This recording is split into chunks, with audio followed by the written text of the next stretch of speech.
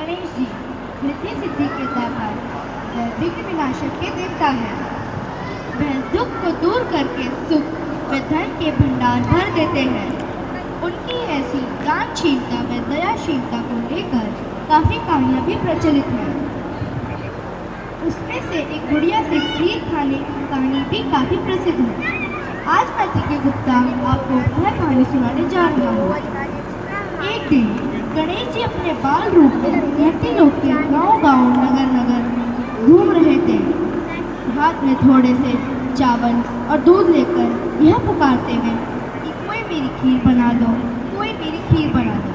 पर सब यह सोचते हुए उनका मजाक उड़ा रहे थे, इतने से दूध और चावल की क्या ही खीर बनेगी। तभी एक घर में से एक गरीब बुढ़िया ने आकर उसे बोला, महाराज जी मैं आपकी खीर बना देती हूँ। महाराज जी ने बोला ठीक है। फिर महाराज जी उस बुढ़िया के घर में गए और बोला कि तुम्हारे घर में जो सबसे बड़े बर्तन को चूल्हे पर रख दो। बुढ़िया ने ऐसा ही किया, सबसे बड़े बर्तन को चूल्हे पर रख दिया और उसमें वही चावल और दूध डाल दिया। उसने फिर यह सोचा कि इतने से चावल और दूध की क्या ही खीर बनेगी, तब तक मैं अपने घर के काम, तब तक मैं खेत के काम ही कराती हूँ। उसके पीछे से उसकी बहू ने आके देखा कि अरे वाह, आज तो माँ जी ने खीर बनाई है। तो उसने कटोरी ली और थोड़ी सी उसमें खीर डाल दरवाजे के पीछे यह कहने के ओम नमः गणेशाय नमः कह के खाने लग गई। उसके बाद जब बुढ़िया खेत के काम से वापस आई, उसने एक चमत्कार देखा कि पूरा पतीला खीर से भरा हुआ था। उसने महाराज जी को बुलाया और कहा, लीजिए महाराज जी, भोग लगा लीजिए। तो महाराज जी ने बोला कि मैंने तो भोग पहले ही लगा चुका है, आपकी बहू। तो बुढ़िया ने बोला कैसे? तो महाराज जी ने बोला कि आपकी बहू ने खीर खाने से पहले ही ओम नमः गणेशाय नमः कह दिया था। तो बुढ़िया ने तो फिर उस खीर की खुशबू सुनकर पड़ोसी वाले भी बुढ़िया के घर में आ गए। बुढ़िया ने उन्हें भी वो एक कटोरे में भर के खीर दे दी, पर तब भी वह खीर खत्म नहीं हुई।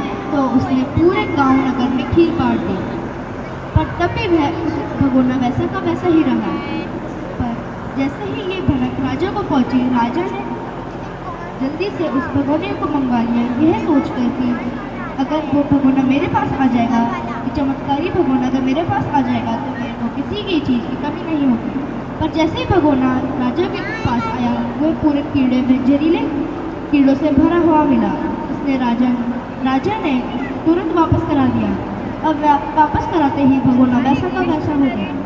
तो फिर बुढ़िया ने महाराज जी से पूछा, महाराज जी मैं इस भगोने का क्या करूँ? तो महाराज जी ने बोला कि अपने झोपड़ी के बगल में इसे गाड़ दो। बुढ़िया ने उस भगोने को अपने झोपड़ी के बगल में गाड़ दिया। उसके बाद रात हुई और वह सोने चले गए। महाराज जी भी चले गए।